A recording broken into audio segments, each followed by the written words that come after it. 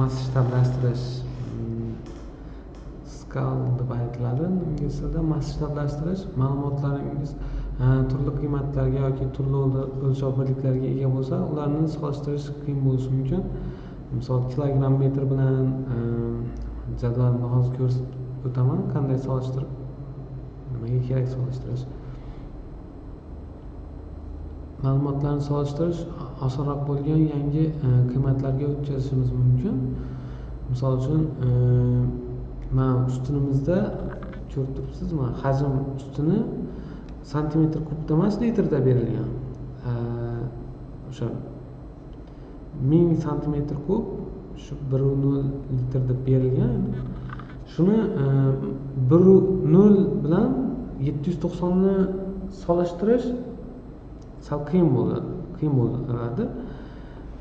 Biz ularni taqqoslaydigan qiymatlarga o'tkazib olamiz, ya'ni standartlashtirib olamiz. Standartlashtirish qanday? Formulasi bor. Standartlashtirishda mana bu L dastlabki qiymat, mana misol uchun mana shu hajm ustunni standartlashtirmoqchi bo'lsangiz, dastlabki qiymati mana 1 minus m bu m shu ustunning o'rtachasi, mana shu ustunni o'rtacha qiymati.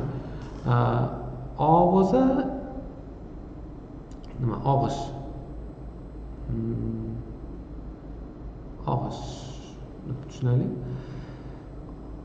Og'ish degani misol uchun o'rtacha qiymatdan qanchalik maksimal og'ishmi? Hozir tarjimasi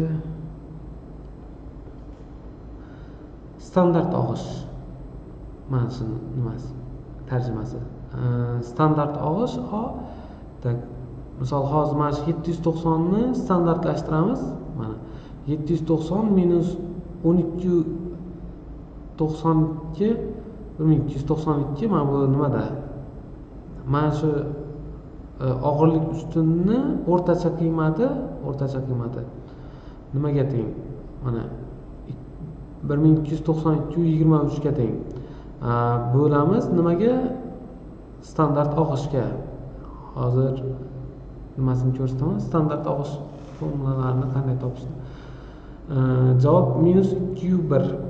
Misol uchun mana shu ustunimiz uchun mana bu yerga -2/1 1ni standartlashtiradigan bo'lsak, 1.0 ni o'rtacha qiymatni mana shu ustunni standart og'ishi -1.59.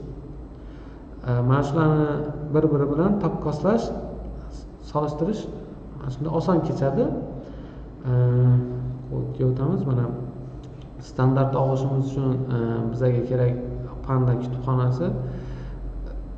Faylimizni chaqirib olish uchun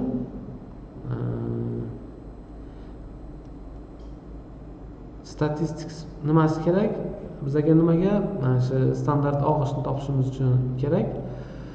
Biz birinchi qiladigan ishimiz shu qisq biza data setimizni chaqirib olamiz. Mana ko'p regressiya degan nimamiz ichida shu qisq faylning ichida ma'lumotlarimiz bor. Hozir mana o'shani chaqirib olamiz. Ikkita ustuni bor. Hozir bunday qilaylik. Ko'rinish uchun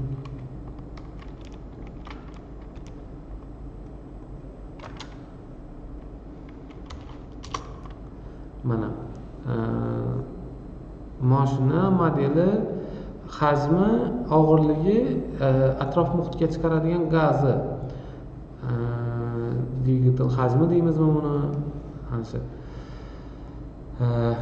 hajmi 1 litr bo'lgan, og'irligi 790 bo'lgan mashina atrof muhitga 99 SO2 nima chiqaradi? Gram modda, nima deymiz?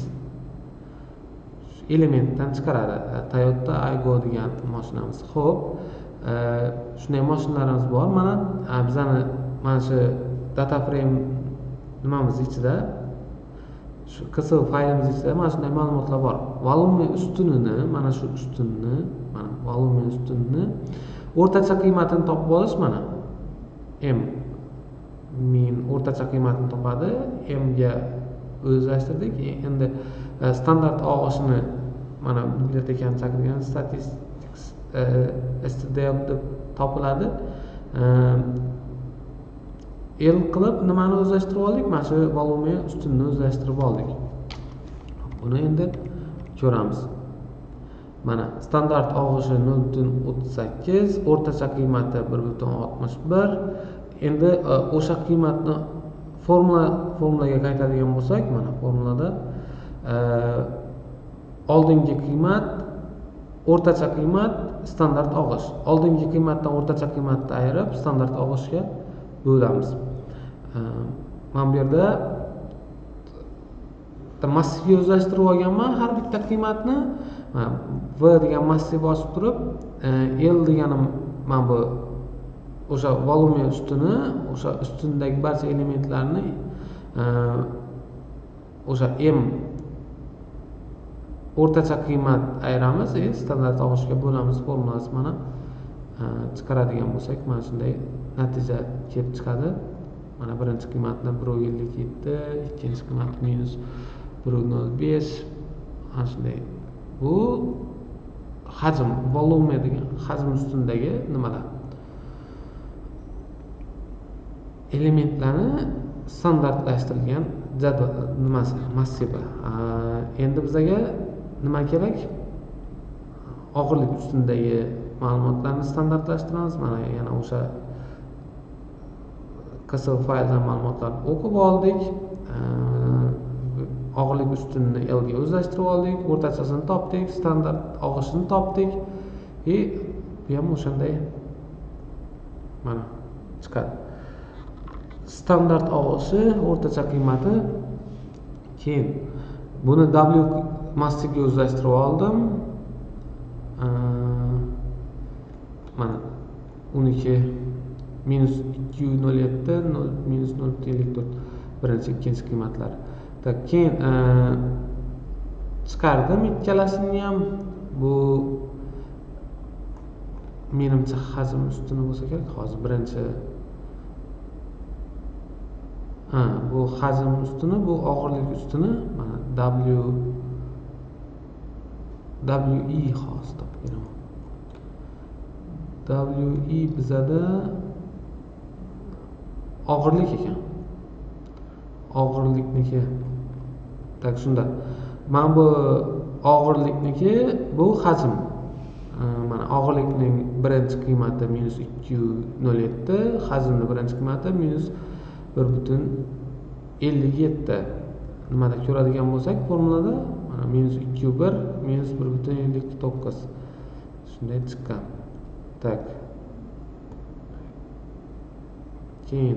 Keyingi masalamiz. Bu yerda CO2 o'zi standartlashtirish, bu qilayotgan ishimdan maqsad hajm, og'irlik, hajm bilan og'irlikni SO2 ga bog'lash. Misol uchun hajmi bilan og'irligi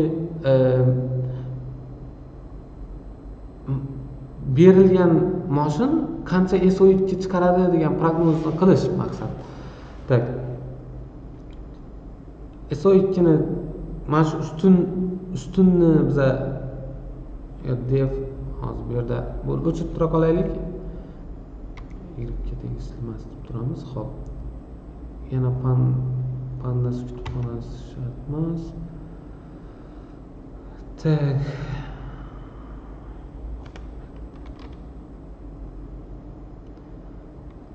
Yana o'sha KSV faylini o'qib oldik. Og'irlik ustuni bilan vazn ustunini x ga o'zlashtirdik, y ga o'sha SO2 elementini o'zlashtirdik. Bu yerda maqsad hozir ko'rsam. Scalet x da mana shu og'irlik bilan hajmni bir-biriga bog'liqligini topib oldik.